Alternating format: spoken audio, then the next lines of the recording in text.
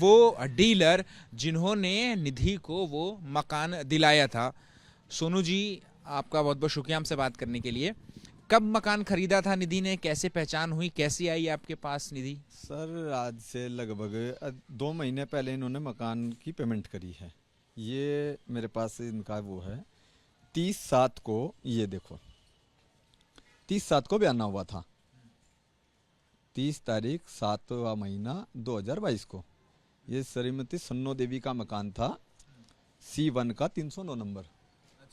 तो इसकी जो इनकी डील हुई थी वो 16 लाख में तय हुई थी, जिसमें 2 लाख रुपए इन्होंने बयाना दिया था कैश, और उसकी बाद की पेमेंट 2 बार में इन्होंने दी थी। कैसे कैसे? कैश ही करके दी थी वो। मुझे ध्यान नहीं है कि कितनी थी, मगर थी कैसी, जैसे एक बार 2-3 लाख रुपए और इन्होंने दिए थे मकान मालिक को, और उसके बाद जो भी पेमेंट थी वो भी टोटल, इसके अलावा जो 11-12 लाख रुपए हुआ था आखिरी पेमेंट, भी कैश करी थी इन्होंने। ठीक है ना, ये अपने निकलवा के ले आए थे अपनी पेमेंट। इन्होंने बोला था भाई बैंक से हम लेके आए हैं और आप जैसे करवाओगे, क्योंकि 2-4 दिन इनके लेट भी हो गए थे खाली करने में मकान। तो बाकी जो पेमेंट हुई वो कैश हुई, पूरी की पूरी पेमेंट कैश हुई। तो देखिए ये बयानी की रसीद है। मोहित कसले आप दिखाइए कि बयानी की रसीद है, जिसके नाम जो है, जिनके नाम पे पहले था श्रीमती सानो देवी, वाइफ ऑफ कैलाश, और जो मकान का जिसमें निधि अभी रह रही है C1/309 सुल्तानपुरी दिल्ली। और ये जो है ये मकान किया जाता है श्रीमती सुदेश, वाइफ ऑफ सतपाल, यानी कि ये निधि की माँ का नाम है।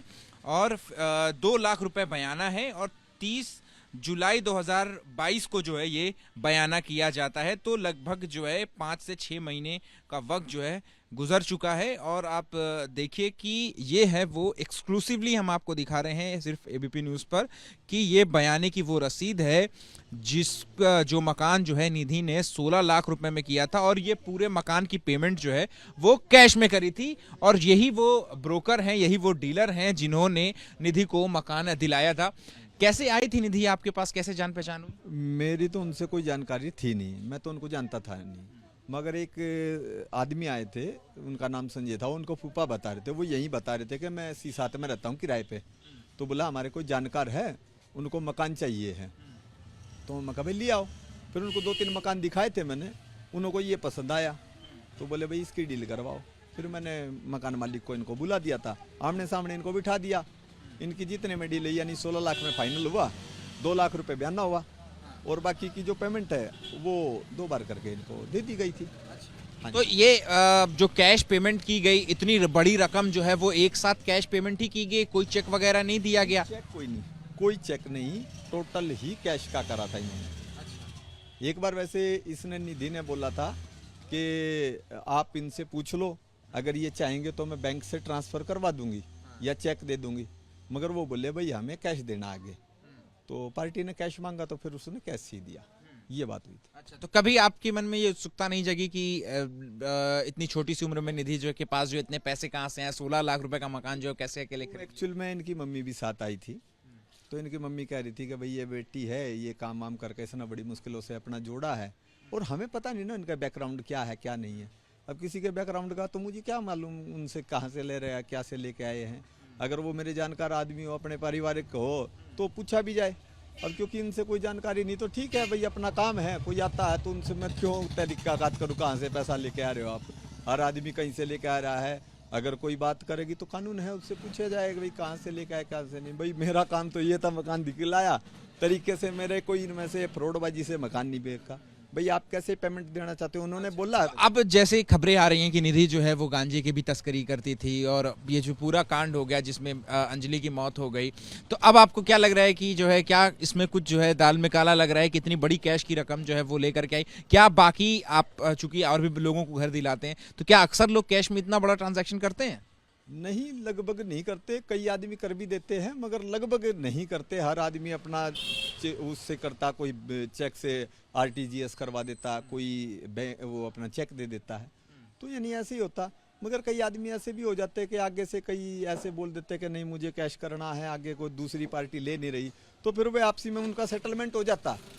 वो पार्टियों का अपने वो है, क्योंकि हमारा इसमें रोल नहीं होता कि आपको कैसे पेमेंट करने का रोल है उन दोनों पार्टियों का है, कैसे आप करना चाहते हो, ये उनकी अपनी सहमति है। तो आप घर दिला रहे थे जब निधि को, तो आप लोगों में काफी बातचीत भी हुई होगी, क्योंकि घर जो है वो बहुत ही कीमती होता है। तो कैसी लगी निधि का व्यवहार, कैसा था, किस तरीके से बात करती थी, कुछ अजीब लगता था आपको? व्यवहार मुझे उसका अटपटा सा ही लगा था, यानी अच्छा सा तो व्यवहार नहीं लगा, क्योंकि ज्यादा तो बात नहीं हुई, क्योंकि ऐसा अटपटा सा लगा? ये 3 बार आई है लड़की। जैसे आपसी में बात करने का एक सलीका सा होता है ना, जैसे आपसी में माँ बापों से बात करते हैं, एक तो काफी कृतज्ञ भाव से अपने माँ बापों से बात करी जाती है। एक बच्चा अपने माँ बापों को थोड़ा ऐसे ही तवज्जो ना देते से बात करे, तो नहीं थोड़ा ऐसा ही था, पर बाकी ज्यादा मैं गहराई में गया नहीं इनके, क्योंकि अपना एक तो पहचान नहीं इनसे बता रहा था, क्योंकि ये पहली बार ही। ये कैसे कैसे बात करती थी अपने माँ बाप से? आपने तो 3 बार इनसे मीटिंग हुई है मेरी, वो भी ज्यादा टाइम नहीं हुआ। क्या रहा आपका इम्प्रेशन, क्या रहा? मेरा इम्प्रेशन यानी क्योंकि ज़्यादा इसके विषय में जानता नहीं था कि ये किस लेवल का क्या है, और फिर माँ बाप साथ आए, उनके परिवार साथ आया, तो उस लड़की के बारे में मुझे जानने की जरूरत क्या है ना। उनकी लड़की है, पता नहीं, अब जवान लड़की है भाई, वो किस लेवल की है किस लेवल की नहीं, किसी के बच्चे के ऊपर एलिगेशन लगा देना किसी लेवल का कोई नहीं, हमारा कोई मतलब नहीं। सबसे पहली बात तो उस लड़की से ज़्यादा बात हुई नहीं मेरी जैसे उनके फूफा जी थे, उनसे बात हो जाती थी, या उसकी मम्मी आ जाती। लेकिन सारा कैश जो है कि जिस तरीके से किया, तो क्या आपने कभी पूछा कि हाँ वक्त पे, ऐसा भी हुआ कभी कि क्या देर हो गई, या सारी चीजें जो है इंस्टॉलमेंट जो था वो सारा वक्त पे ही दिया गया? नहीं, एक बार तो जो इनका समय था, वो जो इनकी होनी थी मेरे ख्याल 28 तारीख की डेट थी, उस पे वो खाली नहीं कर पाए।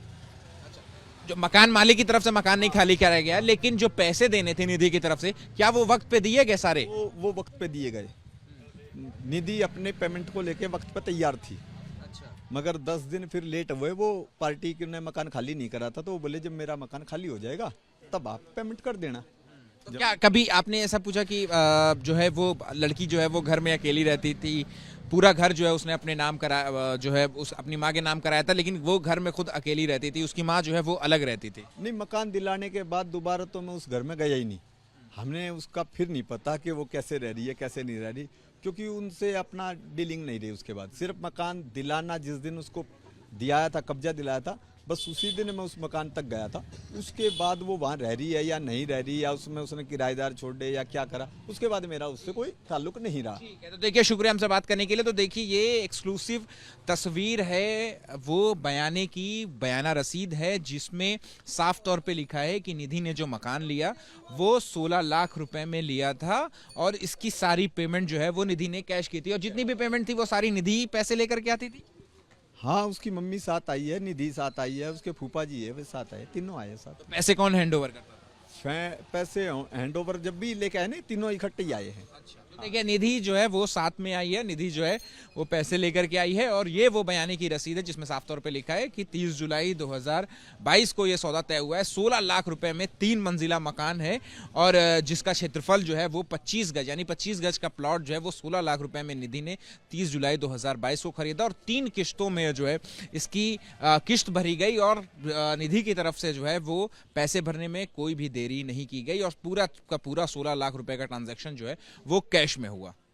कैमरा पर्सन मोहित कासले के साथ अहमद बिलाल, एबीपी न्यूज़, दिल्ली।